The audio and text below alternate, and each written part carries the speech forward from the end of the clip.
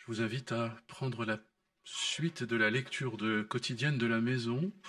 C'est un petit peu difficile pour ceux qui ne sont pas présents au quotidien, mais c'est dans 1 Samuel, chapitre 13. On relira à partir du premier verset qui a déjà été lu hier soir, ici. 1 Samuel 13. On essayera de resituer le contexte pour ne pas être trop perdu.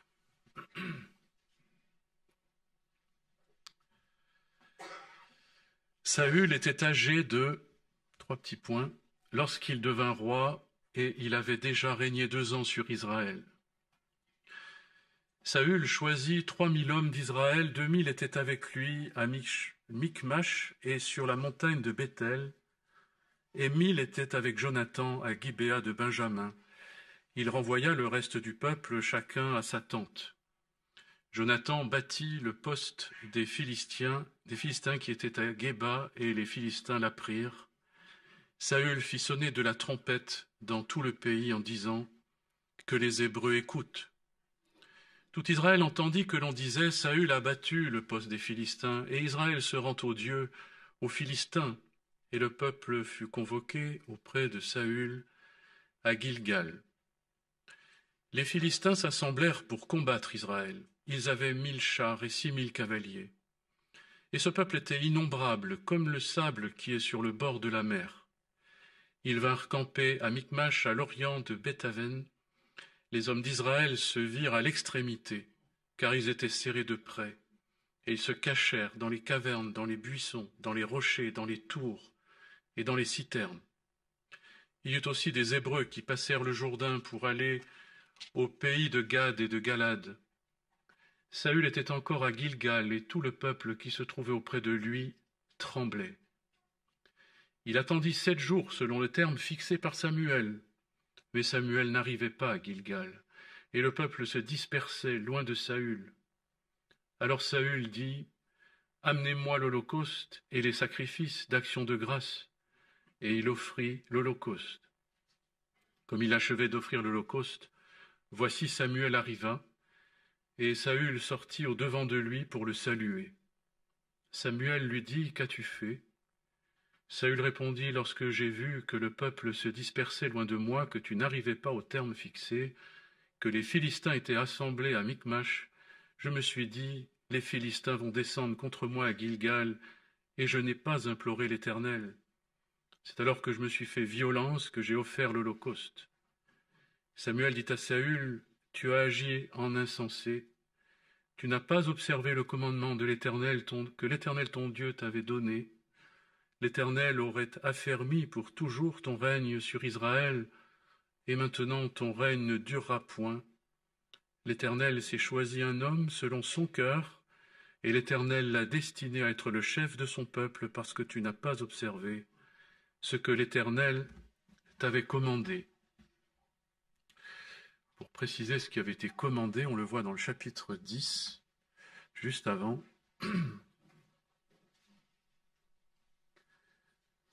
C'est après avoir reçu l'onction royale par Samuel que Samuel l'instruit, Saül, verset 6. « L'Esprit de l'Éternel te saisira, tu prophétiseras avec eux, tu seras changé en un autre homme. Lorsque ces signes auront eu pour toi leur accomplissement, fais ce que tu trouveras à faire, car Dieu est avec toi. Puis tu descendras avant moi à Gilgal, et voici, je descendrai vers toi pour offrir les holocaustes et les sacrifices d'action de grâce. Tu attendras 7 jours jusqu'à ce que j'arrive auprès de toi et que je te dise ce que tu dois faire. »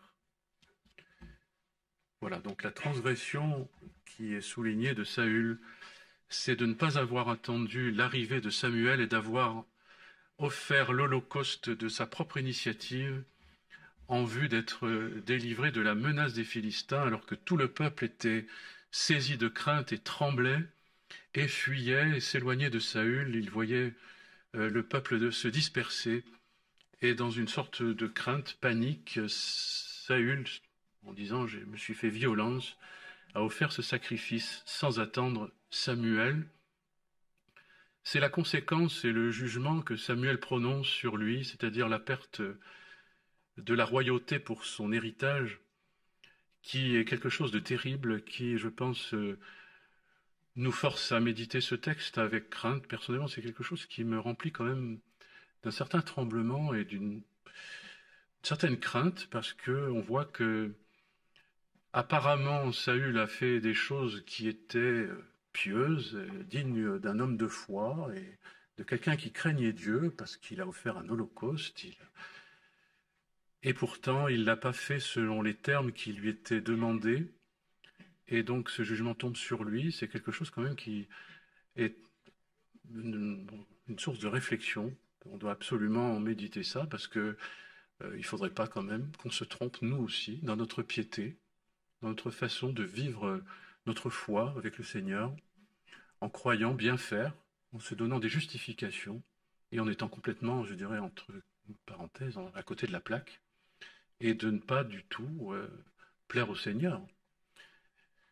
C'est quand même l'inquiétude de tout croyant, il me semble, qui désire servir le Seigneur et le suivre, et qui aime le Seigneur, qui aime la parole. Alors on voit aussi un peu plus loin une autre défaillance de Saül qui amène, on pourrait dire, un jugement définitif. Un peu plus loin au chapitre 15, j'anticipe un petit peu. C'était une autre désobéissance où le peuple a pris pour lui un butin qui ne lui était pas destiné. Et Samuel va lui faire ce reproche au chapitre 22. Samuel dit, « L'Éternel trouve-t-il du plaisir dans les holocaustes et les sacrifices comme dans l'obéissance à la voix de l'Éternel? Voici l'obéissance vaut mieux que les sacrifices, l'observation de sa parole vaut mieux que les graisses des béliers, car la désobéissance est aussi coupable que la divination, la résistance ne l'est pas moins que l'idolâtrie et les téraphimes. Puisque tu as rejeté la parole de l'Éternel, il te rejette aussi comme roi. » Et on va aussi lire un texte prophétisé par Moïse avant cette royauté d'Israël dans Deutéronome, chapitre 17, verset 14. J'avoue que ça faisait assez longtemps que je n'avais pas lu ces textes et je suis un peu surpris, comme si je les lisais pour la première fois. Deutéronome 17, verset 14. « Lorsque tu seras entré dans le pays que l'Éternel ton Dieu te donne, lorsque tu le posséderas, que tu auras établi ta demeure, que tu diras « Je veux mettre un roi sur moi comme toutes les nations qui m'entourent », tu mettras sur toi le roi que choisira l'Éternel ton Dieu. Tu prendras un roi du milieu de tes frères, tu ne pourras pas te donner un étranger qui ne soit pas ton frère. Mais qu'il n'ait pas un grand nombre de chevaux, qu'il ne ramène pas le peuple en Égypte pour avoir beaucoup de chevaux, car l'Éternel vous a dit, vous ne retournerez plus par ce chemin-là. Qu'il n'ait pas un grand nombre de femmes, afin que son cœur ne se détourne point, qu'il ne fasse pas de grands amas d'argent et d'or. Quand il s'assiera sur le trône de son royaume, il écrira pour lui dans un livre une copie de cette loi, qu'il prendra auprès des sacrificateurs, les Lévites. Il devra la voir avec lui et y lire tous les jours de sa vie. Afin qu'il apprenne à craindre l'Éternel, son Dieu, à observer et à mettre en pratique toutes les paroles de cette loi et toutes ses ordonnances, afin que son cœur ne s'élève point au-dessus de ses frères, qu'il ne se détourne de ses commandements ni à droite ni à gauche, afin qu'il prolonge ses jours dans son royaume, lui et ses enfants, au milieu d'Israël, afin que son cœur ne s'élève point au-dessus de ses frères. On sent que ce problème est manifestement celui de Saül, qui a laissé son cœur s'élever par sa place, par sa position, et qui n'a pas supporté que le peuple fuit partout devant l'adversité, qui n'a pas supporté ce déficit d'autorité qui aurait dû se manifester de sa part. Et à un autre endroit, il lui fait ce reproche, quand tu étais petit à tes yeux, Dieu t'a choisi, mais tu es devenu grand. Et donc cette grandeur, cet orgueil lui a permis dans sa folie de désobéir à Dieu, de se mettre au-dessus de la parole du prophète, de se mettre au-dessus de Dieu lui-même et d'agir selon ses pensées, ses raisonnements, sa volonté, ses désirs, même ses craintes et ses angoisses.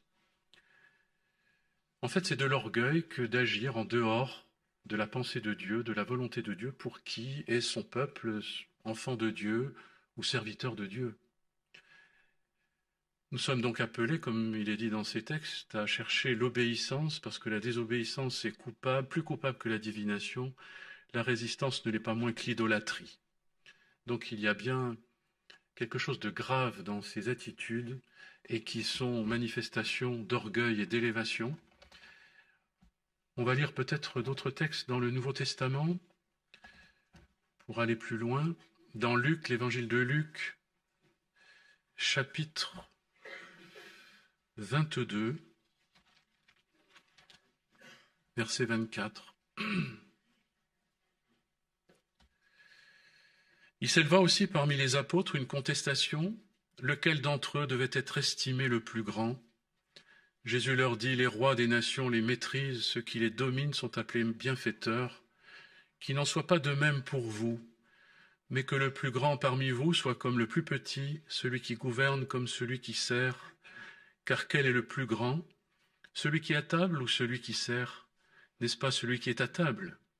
Et moi cependant, je suis au milieu de vous, comme celui qui sert. Voilà l'attitude de Jésus, qui, quoique fils de Dieu, a été serviteur des siens, des disciples, serviteur de son peuple, serviteur humble. Et celui qui s'élève est comme les rois du monde, qui maîtrise, qui domine. Et on sait que le peuple a récolté ce qu'il a semé. Il voulait un roi comme les nations.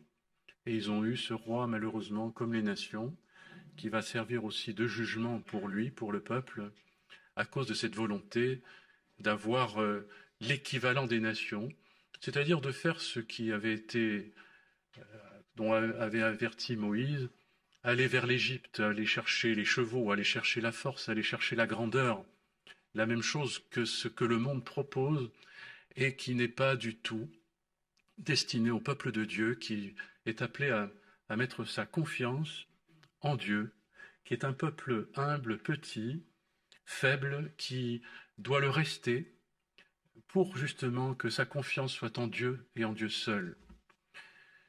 On va lire un petit peu plus loin quant à l'attitude de Jésus dans Philippiens.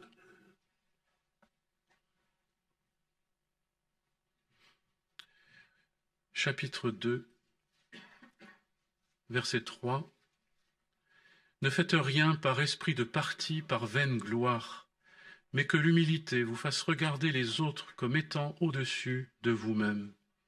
Que chacun de vous, au lieu de considérer ses propres intérêts, considère aussi ceux des autres. Ayez en vous les sentiments qui étaient en Jésus-Christ. Existant en forme de Dieu, il n'a pas regardé son égalité avec Dieu comme une proie arrachée, mais il s'est dépouillé lui-même en prenant une forme de serviteur. En devenant semblable aux hommes, il apparut comme un vrai homme. Il s'est humilié lui-même, se rendant obéissant jusqu'à la mort, même jusqu'à la mort de la croix. C'est pourquoi aussi Dieu l'a souverainement élevé et lui a donné le nom qui est au-dessus de tout nom, afin qu'au nom de Jésus tout genou fléchisse dans les cieux, sur la terre et sous la terre, que toute langue confesse que Jésus-Christ est Seigneur, qu'il est roi, à la gloire de Dieu le Père. Le véritable roi, Jésus-Christ, est celui qui a accepté une obéissance totale jusqu'à la mort de la croix, dans l'humiliation et le dépouillement, quant à toute forme de force et d'assurance dans la chair. C'est quelque chose qui me saute aux yeux, que nous savons, mais qui est primordial dès lors que l'on est au service du peuple de Dieu. L'apôtre Paul le vit aussi. On peut le lire dans 2 Corinthiens 12, verset 7. Pour que je ne sois pas enflé d'orgueil à cause de l'excellence de ces révélations, Il m'a été mis une écharpe dans la chair, un ange de Satan pour me souffleter et m'empêcher de m'enorgueillir. 3 fois j'ai prié le Seigneur de l'éloigner de moi, et il m'a dit, ma grâce te suffit, car ma puissance s'accomplit dans la faiblesse. Je me glorifierai donc bien plus volontiers de mes faiblesses, afin que la puissance de Christ repose sur moi. C'est pourquoi je me plais dans les faiblesses, dans les outrages, dans les calamités, dans les persécutions, dans les détresses pour Christ, car quand je suis faible, c'est alors que je suis fort.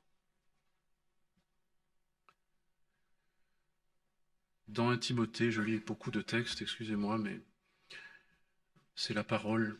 Dans 1 Timothée 6, quelques extraits.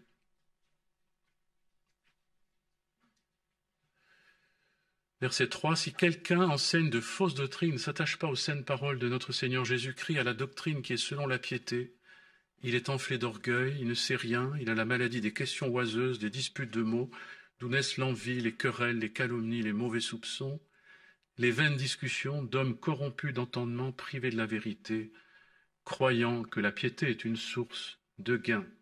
C'est en effet une grande source de gain que la piété, avec le contentement. »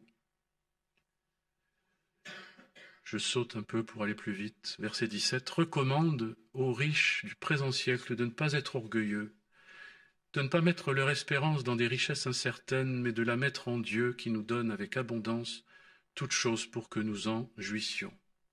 Recommande-leur de faire du bien, d'être riches en bonnes œuvres, d'avoir de la libéralité, de la générosité et de s'amasser ainsi pour l'avenir un trésor placé sur un fondement solide afin de saisir la vie véritable. » Dans tous ces textes, la parole dénonce ce péché profond du cœur qui est l'orgueil des hommes, cet orgueil qui malheureusement s'est infiltré dans cette royauté de Saül, qui a cherché une satisfaction personnelle, au fond, dans sa position, jusque dans cette œuvre de Dieu qui lui était confiée, alors qu'il était petit et humble à ses yeux.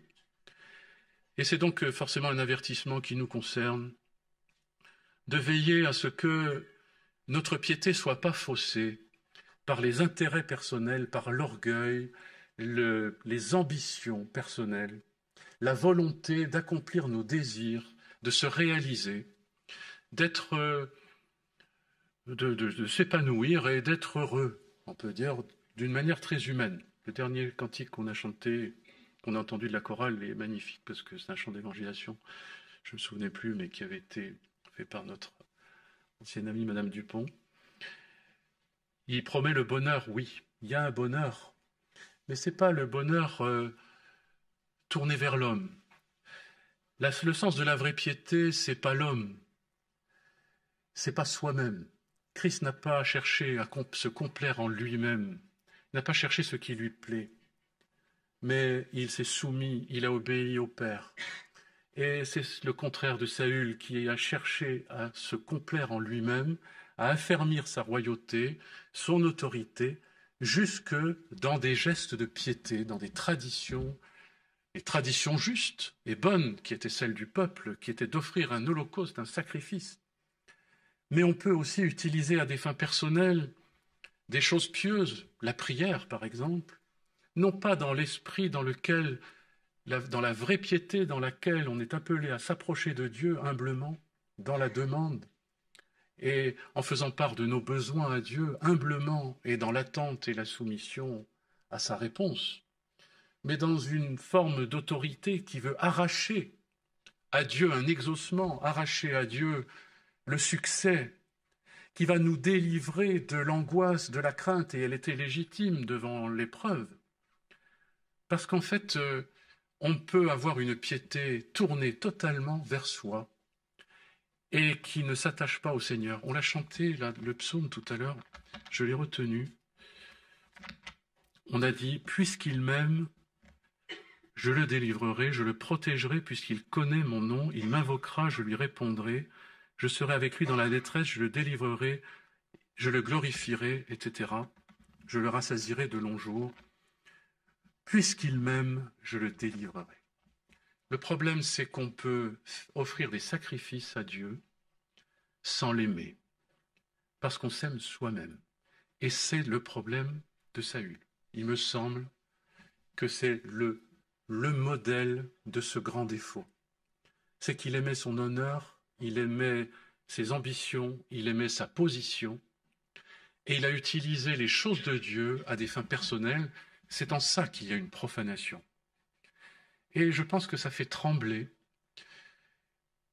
tout homme, je pense, qui s'approche de Dieu, à savoir quelle est la disposition de mon cœur vis-à-vis de Dieu, ne serait-ce que dans la prière. Dans quelle attitude suis-je? Est-ce l'élévation et l'orgueil qui veut imposer à Dieu de me répondre de telle manière et de telle manière? Ou est-ce que je suis dans l'humilité qui accepte éventuellement d'être désavoué, d'être humilié dans la défaite? L'apôtre Paul acceptait la défaite, il acceptait la faiblesse. En fait, nous fuyons les problèmes, nous cherchons la solution en Dieu pour ne pas être humiliés par les problèmes, pour ne pas être défaits. Jusqu'à un certain point, c'est légitime. Dieu nous y appelle et il nous dit, fais part de tes besoins, dans ta souffrance, crie à moi. Mais il dit, puisqu'il m'aime, je le délivrerai. Le but de ces choses, c'est que notre cœur s'approche de Dieu, qu'il cherche l'approche du Seigneur pour l'aimer, pour le chercher lui, pour le servir lui, le connaître lui. Et ces choses sont souvent loin de nos cœurs.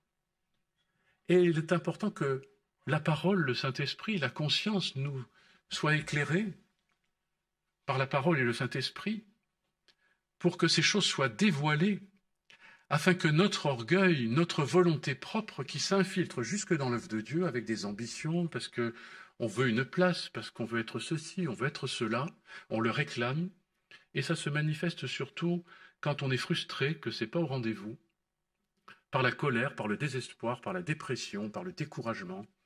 Il faut savoir qu'en grande partie, ce n'est pas toujours le cas, mais les dépressions sont la manifestation d'un grand découragement, parce que ce qu'on veut, on ne l'a pas.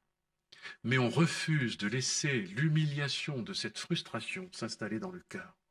On parle de frustration, mais la parole nous montre que Christ lui-même a accepté l'obéissance dans les choses qu'il a souffertes, l'obéissance jusqu'à la mort de la croix, c'est-à-dire un dépouillement. Ce que nous, on appelle frustration, ça s'appelle dépouillement dans la parole, ce dépouillement de la chair que Christ a accepté, que nous refusons comme Saül. Nous voulons que Dieu nous exauce, que Dieu nous sorte, fasse de nous des gens forts, des gens guéris, des gens sans problème, qu'il n'y ait plus d'adversité, que les adversaires fuient, etc. Quelle est la conséquence de ces exaucements-là? En général, c'est l'orgueil. On s'attribue l'orgueil de l'exaucement.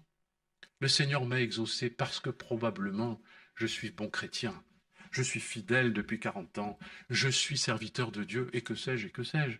Mais tout ça, c'est de l'orgueil, c'est l'orgueil de nos cœurs, et nous sommes appelés à reconnaître ça et à nous en laisser dépouiller parce que Dieu a en abomination le cœur hautain, notre cœur hautain.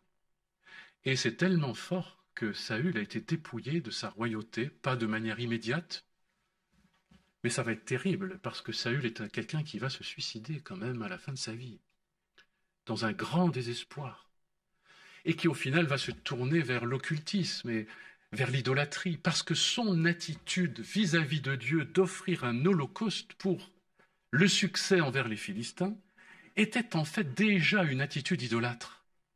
Parce que c'est de l'idolâtrie que de se confier dans un geste, dans un rituel, dans une pratique religieuse qui ne considère pas le Seigneur lui-même.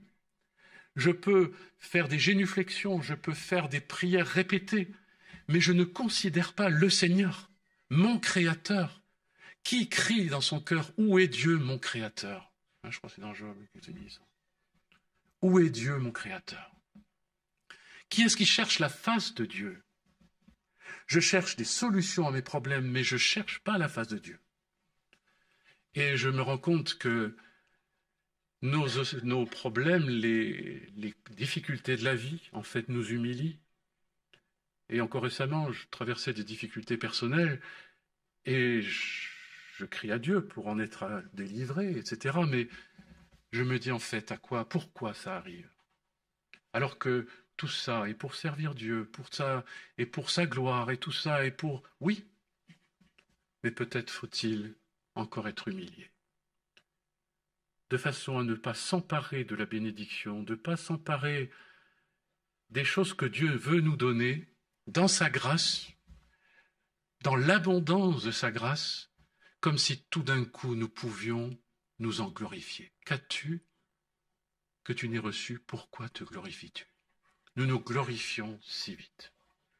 Et cette gloire que nous prenons pour nous, eh bien, fait obstacle à l'amour de Dieu, fait obstacle à notre communion avec lui, fait obstacle à la véritable piété, introduit dans notre relation avec le Seigneur une autorité propre, une force propre qui fait obstacle à son action, parce que Dieu ne partage pas sa gloire, Dieu ne donne pas de gloire à l'homme en dehors de celui qui, humilié, craignant Dieu, tremblant à sa parole, place sa confiance en lui de tout son cœur et en lui seul. Celui-là, Dieu se glorifie en lui. Mais nous voyons que Saül a introduit cette attitude idolâtre et va être finalement quelqu'un d'idolâtre, même au sein du peuple de Dieu et dans son ministère. Et il y a quelque chose là de profane, dont le Seigneur veut purifier son peuple et l'Église. Dieu n'agit pas avec la force de l'homme, avec les chevaux, les chars, etc. Dieu n'agit pas avec les moyens de l'homme, la richesse, l'argent. Il ne fallait pas que le roi soit riche pour qu'il ne s'élève pas au-dessus des siens.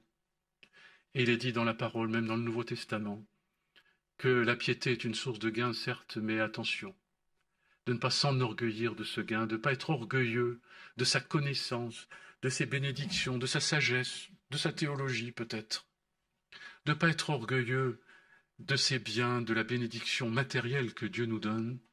C'est un grand danger pour l'Église, c'est toujours des choses qui ont fait tomber l'Église. Parce que ça rend indépendant par rapport à Dieu, ça rend suffisant en soi-même, et ça enlève l'amour, parce qu'il n'y a plus d'amour quand il y a cet orgueil. Nous sommes appelés donc à convertir notre cœur de cette attitude naturelle pour recevoir les sentiments qui étaient en Jésus-Christ. Jésus-Christ a été le roi parfait, parfaitement humble, monté sur un ânon, roi humble, doux, qui a servi les siens, qui a donné sa vie, qui a obéi à la parole, qui a aimé le Père et qui a aimé le monde plus que lui-même. Il s'est donné pour nous à la mort de la croix. Et c'est pour nous qu'il nous a précédés dans cette obéissance, pour que nous puissions, dans la communion avec lui, être une même plante, dans cette obéissance, dans ce renoncement. On peut lire ça dans Colossiens peut-être aussi. Chapitre 2, verset 8. Prenez garde que personne ne fasse de vous sa proie par la philosophie, par une vaine tromperie, s'appuyant sur la tradition des hommes, sur les principes élémentaires du monde et non sur Christ. C'est-à-dire sur les traditions religieuses, sur le fait de faire des sacrifices, etc. D'avoir certaines pratiques, c'est préférable de prendre la Sainte Seine tous les dimanches ou que sais-je. On peut faire tout ça et être dans un orgueil religieux épouvantable. Il existe un orgueil religieux qui déplaît fondamentalement au Seigneur, d'être celui qui est du bon côté, vous savez, celui qui a tout compris, qui sait tout, qui a la solution à tout, qui a compris la saine doctrine, qui l'impose aux autres, etc., avec dureté, souvent d'ailleurs, comme les Juifs voulaient imposer la circoncision aux païens, on lisait ça à Pélissot ce matin. Donc on se rend compte qu'il y a un orgueil épouvantable chez l'homme religieux. Il ne faut pas que nous soyons comme ça, mais dépouillés de toute cette force-là, ne pas s'appuyer sur les traditions, sur les principes de toutes sortes du monde, mais sur Christ. C'est la personne de Jésus, c'est le Seigneur que nous cherchons à connaître, à servir et à aimer. Tu aimeras le Seigneur ton Dieu de tout ton cœur, de toute ton âme, de toute ta pensée. C'est ça la parole, le premier article de la loi. Car en lui habite corporellement toute la plénitude de la divinité. Vous avez tout pleinement en lui, qui est le chef de toute domination, de toute autorité. C'est en lui que vous avez été circoncis d'une circoncision que la main n'a pas faite, mais de la circoncision de Christ qui consiste dans le dépouillement de la chair, ayant été ensevelis avec lui par le baptême, vous êtes aussi ressuscités avec lui, et en lui, par la foi, en la puissance de Dieu, qu'il a ressuscité des morts. Circoncision, dépouillement du corps de la chair en Christ. Nous sommes appelés à nous associer à l'œuvre de Christ dans la foi, à accepter avec lui d'être humiliés, d'être brisés dans les épreuves, les circonstances, les souffrances de l'existence, les contradictions, les oppositions, les inimitiés, etc. Tout ce qui s'oppose à nous est propre à nous dépouiller.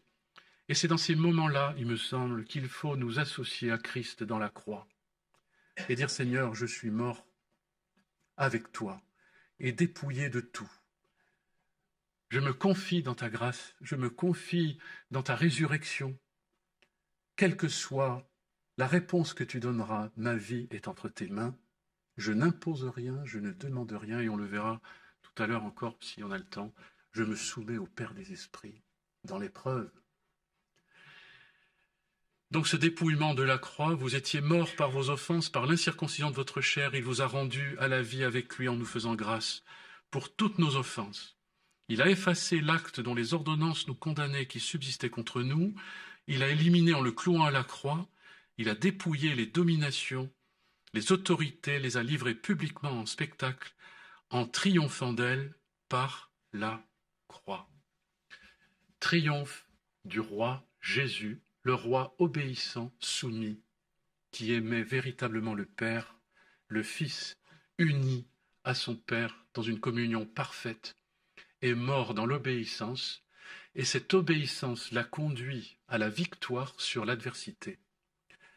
Le plus grand des adversaires, c'est la mort, les dominations, les autorités dans les lieux célestes, la puissance du péché, la puissance du mal sont vaincues par ce roi-là. Il nous fallait ce roi obéissant. En dehors de lui, nous n'étions pas sauvés, pas secourus. Et à cause de cet orgueil, Saül n'aura pas de victoire, en tous les cas pas complète. Et pas toujours. La véritable victoire, elle est dans le roi humble et obéissant, Jésus-Christ, auquel nous nous associons, dont nous recevons les sentiments humbles et obéissants à la parole, manifestation de notre amour pour le Père en Jésus-Christ. Nous sommes appelés à aimer de la véritable piété, à craindre Dieu et en toutes circonstances à nous laisser dépouiller, et ainsi nous serons dans son triomphe, dans sa victoire, dans sa vie. Tout est pleinement en lui qui est le chef de toute domination, de toute autorité. Il s'agit pour nous d'aller sous cette autorité, sous ce capitaine, c'est-à-dire le chef, la tête du corps de l'Église, c'est Christ. C'est dans cette soumission à lui que nous trouverons force, délivrance, autorité sur la puissance adverse et surtout la puissance de la mort et la puissance du diable qui cherche à nous nuire et à nous faire tomber. C'est en Christ, humble et obéissant, et joint au corps de Christ, parce que là où Christ est la tête, c'est là où est le corps. Nous ne sommes pas sous l'autorité de Christ en dehors du corps de Christ, c'est-à-dire en dehors de l'Église. Or, nous voyons aussi Saül, dans sa désobéissance, n'a pas attendu Samuel. Il me semble, sans vouloir trop broder l'interprétation du passage, que c'est une forme d'indépendance, mue pour toutes sortes de raisons humainement compréhensibles, la peur, etc., mais une indépendance d'avoir agi sans Samuel alors qu'il devait attendre et de recevoir les directives au moment où Samuel allait arriver. C'est-à-dire il a agi sans lui, en dehors de la communion avec son frère principal, celui qu'il avait oint en plus. Donc attention, pour nous aussi, comme nous l'avons entendu dans l'introduction, de ne pas délaisser notre assemblée. C'est-à-dire d'être de ceux qui fuient, qui quittent, qui partent et qui abandonnent, mais de ceux qui viennent se réfugier dans la présence du Seigneur au sein de l'Église, qui bien sûr est pleine d'imperfections, parce qu'il y a des gens comme nous qui ont besoin de la grâce, qui ont besoin de recevoir en eux les sentiments qui étaient en Jésus-Christ, parce qu'ils ne sont pas naturellement inspirés par l'humilité et le dépouillement. Ces choses ne sont pas naturelles. C'est la parole qui nous y exhorte, c'est l'Esprit qui nous en convainc, c'est la foi au Seigneur Jésus qui a accompli toutes choses pour nous, qui nous permet d'obéir comme il a obéi, humblement, jusqu'au bout, tous les jours de notre vie, au sein de l'Église. Je voudrais lire dans Hébreux aussi.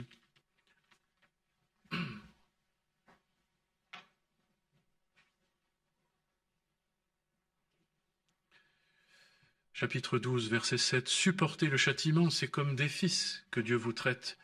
Car quel est le fils qu'un père ne châtie pas? Mais si vous êtes exempt du châtiment auquel tous ont part, vous êtes donc des enfants illégitimes et non des fils.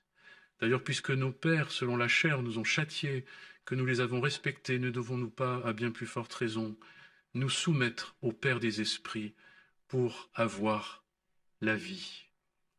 Châtiment, épreuve, menace des Philistins, menace sur notre autorité, menace sur la royauté, menace sur ma vocation, menace sur ma vie, menace sur mon intégrité.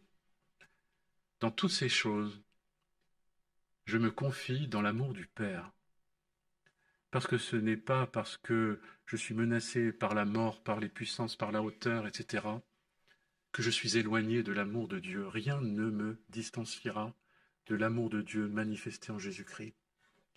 Le Père prend soin de ses enfants, mais par contre, dans l'adversité, je ne cours pas après des solutions, je me soumets au Père des esprits. Je ne cherche pas une prière de délivrance qui va me sortir de mon problème, je me soumets au Père des esprits dans l'humiliation et la repentance. Parce que si je suis là où je suis, c'est parce que je suis pécheur, parce que je suis orgueilleux. Et les épreuves sont là pour briser mon orgueil. Je suis un orgueilleux, c'est tout. Et si ce n'était pas la grâce de Dieu, je serais rejeté comme Saül. Mais il y a la grâce. Il fait grâce. Même, il résiste aux orgueilleux, il fait grâce aux humbles. C'est l'exhortation qui est donnée aux anciens, et je dirais à ceux qui ont des responsabilités dans le peuple de Dieu. Voici les exhortations que j'adresse aux anciens dans 1 Pierre 5. Parmi vous, moins anciens comme eux, témoins des souffrances de Christ, participants de la gloire qui doit être manifestée, paissez le troupeau de Dieu qui est sous votre garde, non par contrainte, mais volontairement selon Dieu, non pour un gain sordide, pour de l'argent ou pour la gloire ou pour l'ambition d'être quelqu'un qui a un poste de responsabilité, un ministère en vue ou que sais-je, mais avec dévouement, non comme dominant sur ceux qui vous sont échus en partage, comme Saül, qui ne supportait pas de perdre son autorité, mais en étant les modèles du troupeau. Et lorsque le souverain berger paraîtra, vous obtiendrez la couronne incorruptible de la gloire. De même, vous qui êtes jeunes, soyez soumis aux anciens, et la soumission partout. Les anciens sont soumis au Seigneur, à la parole, et exercent leur autorité dans un esprit de soumission à l'ensemble. Les jeunes sont soumis aux anciens, tous dans vos rapports mutuels, revêtez-vous d'humilité. Dieu résiste aux orgueilleux, mais il fait grâce aux humbles. Humiliez-vous donc sous la puissante main de Dieu, afin qu'il vous élève au temps convenable. Déchargez-vous sur lui de tous vos soucis, car lui-même prendra soin de vous. Beaucoup de soucis sont le fruit d'un orgueil conservé, un tourment, parce que les appétits de nos ambitions ne sont pas satisfaits. Mais celui qui vient à Christ, qui renonce à toute forme de domination, jusque dans l'attitude de la prière, qui n'est pas de mouvoir le bras puissant de Dieu, avec une forme d'autoritarisme exercé sur les circonstances au nom de Jésus, soi-disant, mais qui est bien notre propre nom et notre propre volonté qui se manifeste, mais que ce soit une véritable prière dans le dépouillement, dans l'acceptation de toute la volonté de Dieu, et s'associant, je dirais, à celle de Jésus qui a dit « Non pas ce que je veux, mais ce que tu veux, Père ». M'associant à Christ, le souverain berger. Alors, le Seigneur me fera grâce parce que ce sera l'humilité du Fils. Humiliez-vous donc sous la puissante main de Dieu, qu'il vous élève au temps convenable. Comprenons que les épreuves sont l'œuvre de la main de Dieu qui nous humilie. et que c'est bien nécessaire. Et je pense que si nous espérons avoir un avenir pour l'Église, un avenir pour l'œuvre de Dieu, un avenir pour la mission, un avenir pour nos ministères, ce n'est que par ce chemin-là, humiliation, humilité, dépendance du Seigneur, dépendance les uns des autres, amour de Dieu, véritable piété du cœur, attachement au Seigneur et vigilance quant à toute forme d'orgueil qui fait tomber, qui fait dériver, je dirais parfois, les églises les plus fidèles. Que le Seigneur nous en garde, que le Seigneur nous protège. Nous sommes de ceux qui tremblons dans sa présence, qui craignons Dieu, mais qui avons confiance dans sa bonté, sa grâce pour nous, et qui espérons en lui pour notre avenir. Que le Seigneur nous bénisse. Nous prions pour terminer.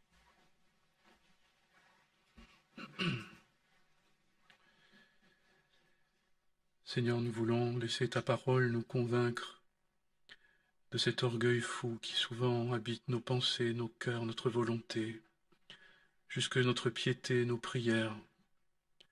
Seigneur, nous voulons nous laisser dépouiller comme Christ s'est dépouillé dans ta présence de toute volonté propre et de toute ambition, de toute élévation, de tout appétit de pouvoir, de domination. Seigneur, aie pitié de nous, pardonne toutes les fois où ces choses ont été ou sont demeurées au sein de l'Église, dans nos vies, dans nos ministères, dans notre service. Que nous ne soyons pas comme Saül, qui s'est opposé à toi, Seigneur, mais que, en Jésus-Christ, nous puissions être trouvés fidèles dans l'humilité et l'obéissance persévérante. Seigneur, notre confiance est en toi, au sein de toute notre faiblesse et de nos innombrables besoins. Nous te supplions de nous accorder encore l'onction de l'Esprit, la révélation de Jésus-Christ, le renouveau d'un amour parfait, entier pour toi, de tout notre être, de tout notre cœur, de toute notre pensée. Seigneur, ces choses, nous les recevons parce que tu nous les donnes.